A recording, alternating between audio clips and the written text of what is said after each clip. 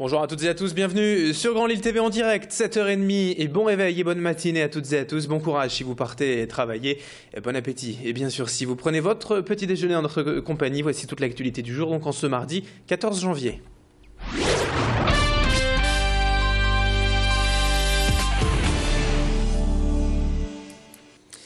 Et tout d'abord, la une de l'actualité et du jour, donc dans cette édition, c'est ce coup de force du MEDEF hier soir à Marcq-en-Barœul. Le syndicat patronal a annoncé ambitieusement de créer 1 million d'emplois d'ici à 5 ans. Le comité exécutif du MEDEF était réuni hier à la Cité des Échanges pour lancer donc ce grand plan pour l'emploi. Et cette promesse audacieuse d'1 million d'emplois pour le syndicat patronal, cela induit tout de même certaines conditions, comme une baisse drastique des charges aux entreprises et la réduction des dépenses publiques. Des dizaines d'élus locaux et 1500 chefs d'entreprise nordistes étaient réunis hier pour suivre cette conférence.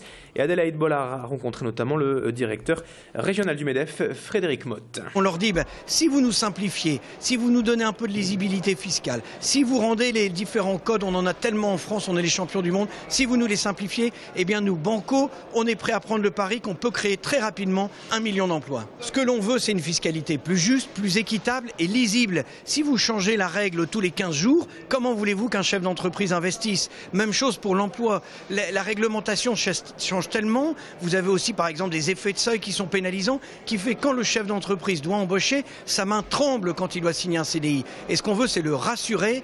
Et puis là, très vite, on verra qu'il y aura une dynamique positive qui va s'entamer.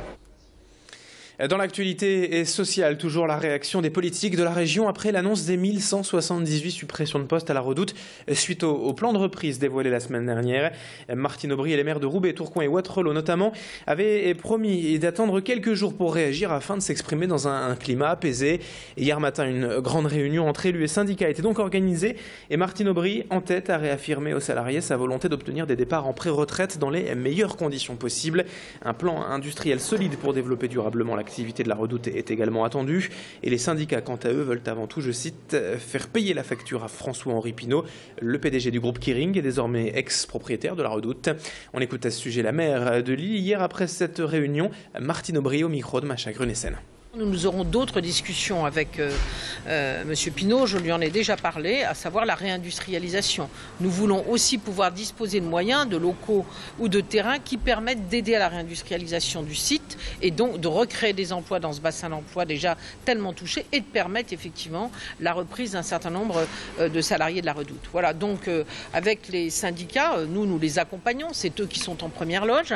C'est à la fois, je crois, une relation de confiance et nous avons comme eux à la fois de l'exigence et de la responsabilité. La responsabilité parce que la Redoute doit vivre, mais l'exigence parce qu'il faut un plan industriel qui convainque chacun et il faut aussi un accompagnement social qui rende le moins douloureux possible ces suppressions d'emplois.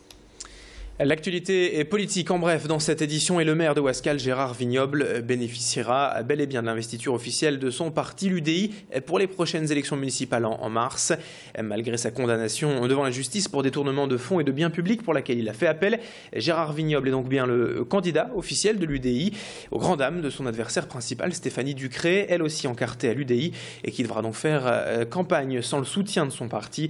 Elle se dit tout de même déterminée en tout cas à poursuivre et on ne manquera pas bien sûr d'en reparler d'ici les prochaines semaines. 7h33 en direct sur Grand Lille TV dans le reste de cette édition. Reportage au CHRU de Lille et plus précisément à l'hôpital Fonton, à la pointe de la lutte contre les hallucinations que provoquent certaines maladies dégénératives comme la schizophrénie ou la maladie de Parkinson. Depuis 2 ans, l'hôpital est équipé d'un stimulateur intracrânien par ondes magnétiques et grâce à cette belle machine, il est possible de cibler quelles zones du cerveau sont en activité pendant ces hallucinations et donc de mieux les traiter. Les médecins peuvent également mettre au repos l'activité cérébrale durant une hallucination pour soulager le malade. Les premiers résultats sur une 50aine de patients en nordiste sont déjà très encourageants.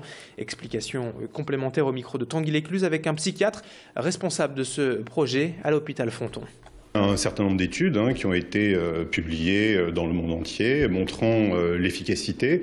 Ce qu'on propose ici dans la région, c'est une innovation, c'est-à-dire de pouvoir optimiser l'efficacité du traitement en suivant, grâce à l'imagerie cérébrale, les réseaux qui s'activent pendant l'hallucination. Et on est maintenant capable d'observer en une demi-heure, de pouvoir observer quel est le réseau d'activation chez un patient donné et de pouvoir personnaliser son traitement avec la stimulation. Une image insolite à présent pour terminer ce journal. À Annelin-Ouin, un drôle de bateau est venu s'échouer il y a quelques jours. 17 mètres de long et 11 mètres de haut. Ce bateau a surtout la particularité d'avoir des jambes.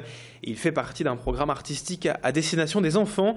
Pascal Dubois, 55 ans, en est le capitaine. Et il a en fait récolté des tonnes de souvenirs avec sa compagnie de théâtre Le Sablier au cours des dernières années et de ses nombreux voyages.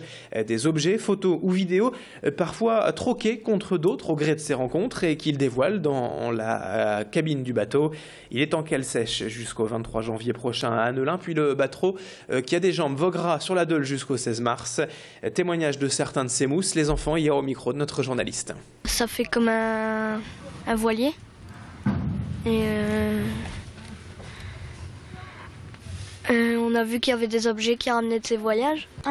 Il nous a raconté comment les jambes il fonctionnait, il fallait accrocher les jambes et il fallait l'accrocher à l'échelle. Ça ressemble à un vrai bateau et que les objets, c'est des objets qu'on a vus dans des films ou quelque chose comme ça. Voilà, c'est la fin de ce journal mardi 14 janvier, 7h36. Le direct se poursuit dans un instant avec la météo et l'info trafic. Très très bonne matinée à toutes et à tous.